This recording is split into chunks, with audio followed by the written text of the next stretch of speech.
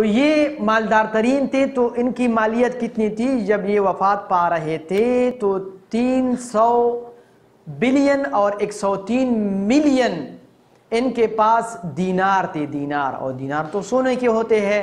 تو آج کے حوالے سے یہ 639 بلین ڈالر بنتے ہیں، 639 بلین ڈالر آج کے حوالے سے بنتے ہیں۔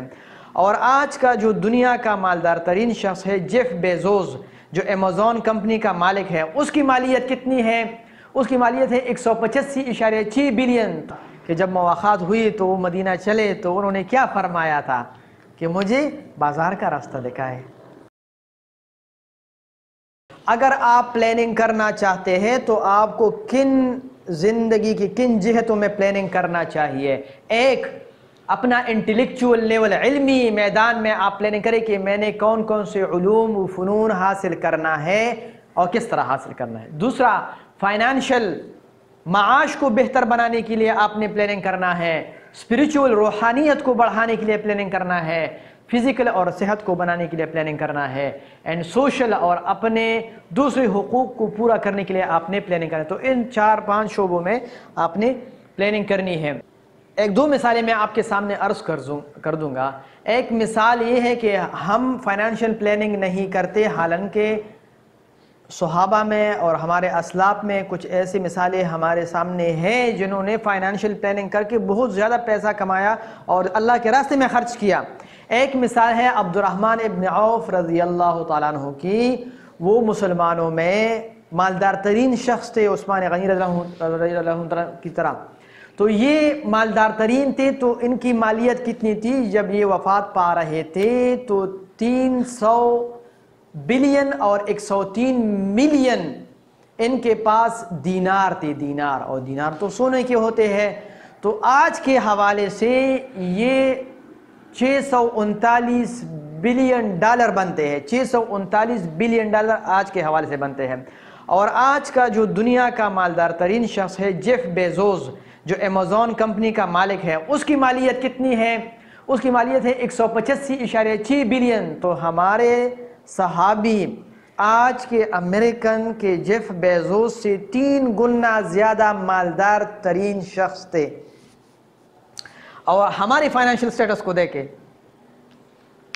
ہماری اقتصادی حالت کو دیکھیں، تو یہ واقعہ تو مجھ سے زیادہ آپ کو یاد ہوگا کہ جب مواخات ہوئی تو وہ مدینہ چلے تو انہوں نے کیا فرمایا تھا کہ مجھے بازار کا راستہ دکھائے۔ ویژن، ایک پلاننگ، بازار کا راستہ دکھایا۔ حالانکہ مہاجر آدمی تھے، کیا تھا؟ کچھ بھی نہیں تھا، تو اللہ رب العزت نے اتنے مال سے نوازا۔ تو میرا یہ گزارش ہے آپ لوگوں سے کہ آپ فائنانشل پلاننگ ضرور کریں۔ جھکا دے گا تیری گردن کو یہ خیرات کا پتھر، جہاں میں مانگنے والوں کے اونچے نام نہیں ہوتے۔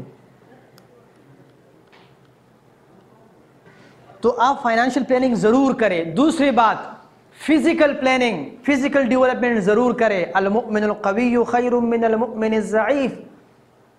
مسلمان کو تو قوی ہونا چاہیے، مضبوط ہونا چاہیے، تو فزیکل پلاننگ آپ ضرور کریں۔ انٹلیکچول ڈیولپمنٹ پلان بنائیں گے، یعنی کتابیں پڑھنے کا یا کچھ سکلز سیکھنے کا، تو اس کا ایک چارٹ میں نے دیا ہے کہ آپ اس طریقے سے بنا سکتے ہیں۔ فار ایگزامپل میرا یہ پلان ہے، انشاءاللہ العظیم اگر زندگی رہی تو 65,700 پیجز میں نے پڑھنے ہیں۔ یہ تقریباً 200 کتابیں بن رہی ہے، اگلے 25 سال کا پلاننگ ہے، اور اس میں 8 کتابیں ہر سال میں نے پڑھنے ہیں انشاءاللہ۔ اور پھر ایک کتاب کے جو ٹوٹل پیجز ہوں گے وہ 253 ایوریج اوسطاً ہوں گے، اور اسی طرح ہر ہفتے 52.5 پیجز میں نے ہر ہفتے پڑھنے ہیں، اور اسی طرح روزانہ 7 پیجز انشاءاللہ میں پڑھوں گا نا، 7 پیجز، 7 صفحے پڑھنے مشکل کام تو نہیں ہے، مجھے بھی پتہ بھی نہیں چلے گا، اور 65,700 پیجز میں پڑھ چکا ہوں انشاءاللہ۔ تو پلاننگ کا یہ ایک فائدہ ہوتا ہے۔